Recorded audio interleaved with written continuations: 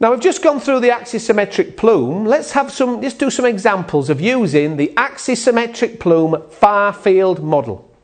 Example 1. Determine the mass flow rate of smoke for an axisymmetric plume with the following parameters.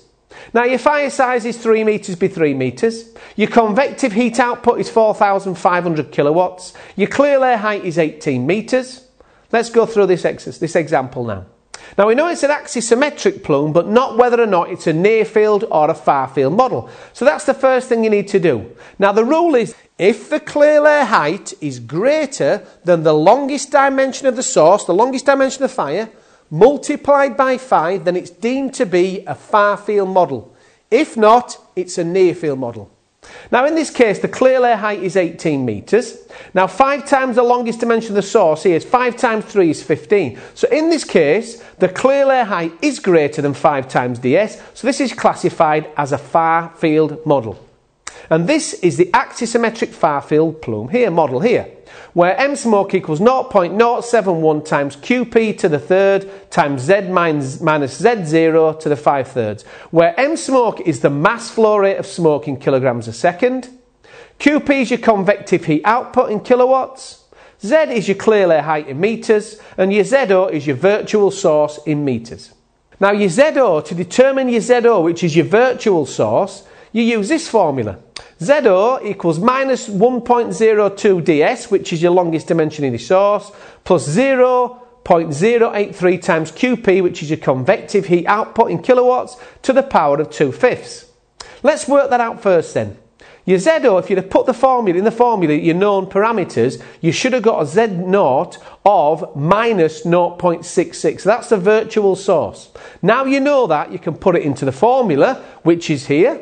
You'd have got m smoke equals 0.071 times 4,500 to the third times brackets 18 minus, so 2 minuses make a plus, remember that, minus 0.66 to the 5/3.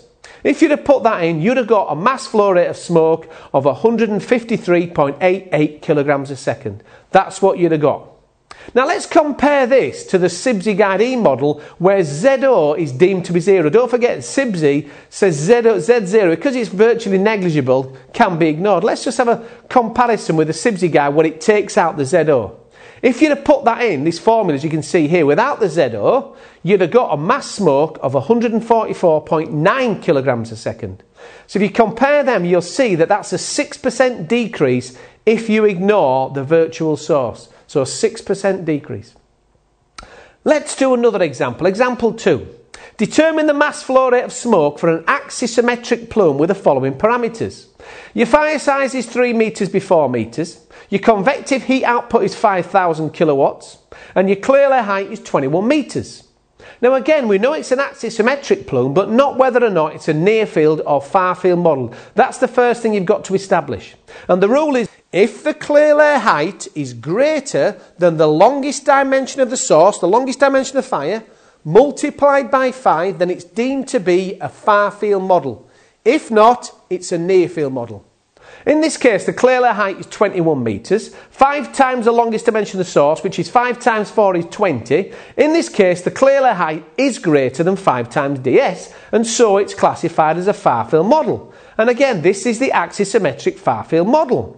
M smoke equals 0.071 QP to the third times Z minus ZO to the 5/3. And again, we need to work out ZO first, your virtual source, using this formula here.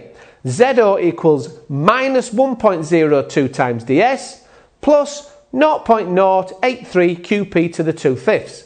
You'd have put that put the known parameters in there into your ZO. You'd have got a virtual source of ZO of minus 1.58. Now you can put the ZO into the original formula.